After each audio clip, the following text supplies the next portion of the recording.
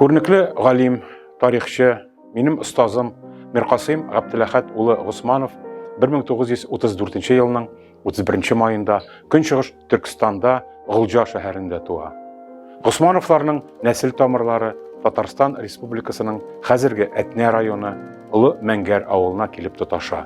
Бу нәселнең илгәреге буыннары җир азлыктан интеккән башка кавемдәшләре кебек 19-нчы йөзнең 20-нчы елларында хәзерге Казакстан җирләренә күченеп китә. 1917 елда бик тетрәнүләр чорында Госмановлар гаиләсе вакытлыча заманнар яхшырганчы дип Россия концессиясе булган Гылҗа шәһәренә күченә. Революциядан соң шикләр ябылгач, алар Кытайда яшәп кала. Миркасым Госманов 1941 елда Гылҗа татар мәктәбенә укырга керә һәм башлангыч белемне шунда ала. Аннары шәһәрнең рус гимназиясында укый. Төрле халыклар яши торган төбәктә үсү бер-берсенә кардәш төрле төрки телләрне, казак, уйгыр, кыргыз, үзбәк телләрен үзләштерү мөмкинлеге бирә. Бу соңрак аның тарихчы, чыганакчы буларак һөнәри эшчәнлегенә һәм тәрҗемәчелек эшенә уңай йогынты ясый. Мәсәлән, татар укучысы дөнья күләм танылган язучы Чыңгыз Айтматов иҗаты белән иң әүвәл Миркасым Госманов тәрҗемәләре аша таныша. 1955 елда Госмановлар гаиләсе СССРга, Казакстанга әйләнеп кайта. Булачак галим анда 3 ел яши һәм эшли. 1958 елда ата-бабалары ватанына омтылып Казанга килә. Миркасым Госмановның шуннан соңгы гомере Казан университеты белән бәйле.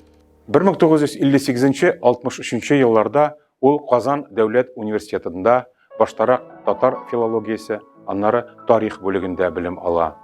1968 елда кандидатлык, 1981 елда докторлык диссертацияләрен яклый. 1967 елдан университетта укыта башлап, Совет чорына кадәрге СССР тарихы кафедрасын җитәкли. 1989 елдан яңа ачылган татар филологиясе, тарихы һәм көнчыгыш телләр факультетында үзе оештырган татар халкы тарихы кафедрасы мөдире була. Бер үк вакытта 1988 елда Казан университетында шулай ук үзе нигезләгән фәнни тикшеренү археография лабораториясын җитәкли.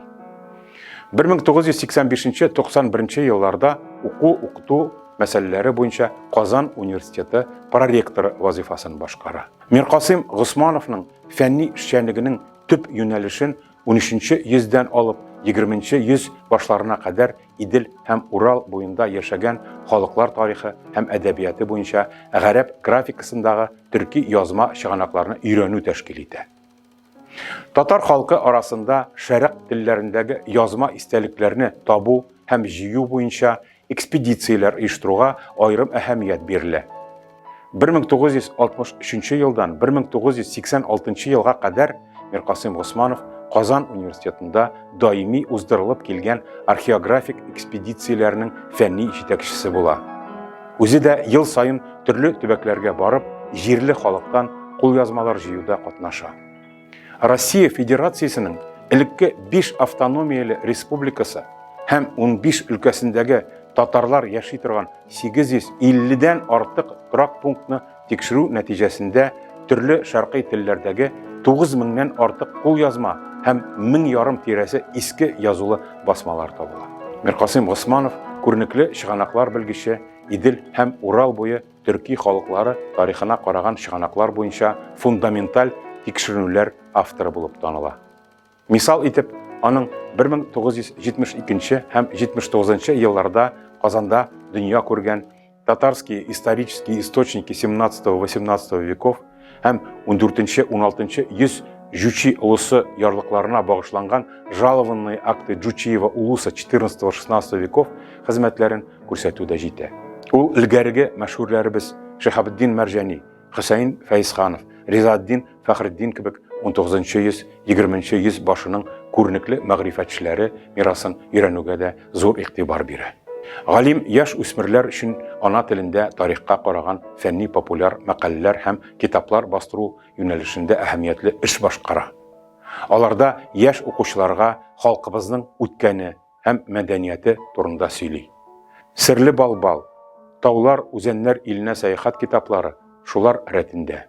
Гомумән алганда, профессор Миркасым Госманов тарафыннан 450-дән артык исемдәге фәнни хезмәт, шул исәптән 11 китап, монография һәм җыентык нәшр ителә.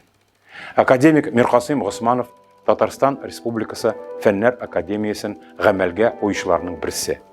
Татарстанның атказанган фән эшлеклесе, Россия Федерациясенең атказанган югары мәктәп хезмәткәре Миркасым Госманов республиканың иҗтимагый тормышы яңарышына да зур өлеш керткән шәхес. 1989 елдан алып, ул татар телен һәм мәдәниятен торгызу һәм үстерү максатыннан оештырылган җыен фондының рәисе була. Анда нәширлек эшчәнлеген тормышка ашыра.